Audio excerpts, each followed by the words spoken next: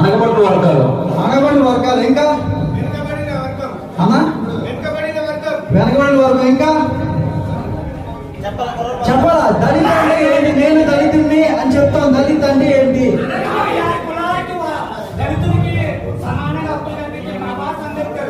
సరే అర్థమైపోయింది నాకు.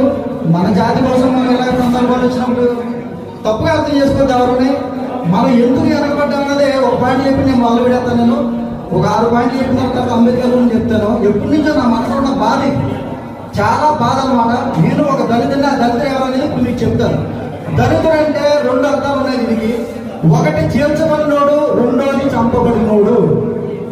ఒకటి చేర్చబడినోడు, రెండోది చంపబడినోడు. దళిత్ అనే పదం మనదే కాదు. చరిత్రకి వెళ్ళి చూసుకోండి ఫస్ట్. దళిత్ అంటే మనది కాదు. దళిత్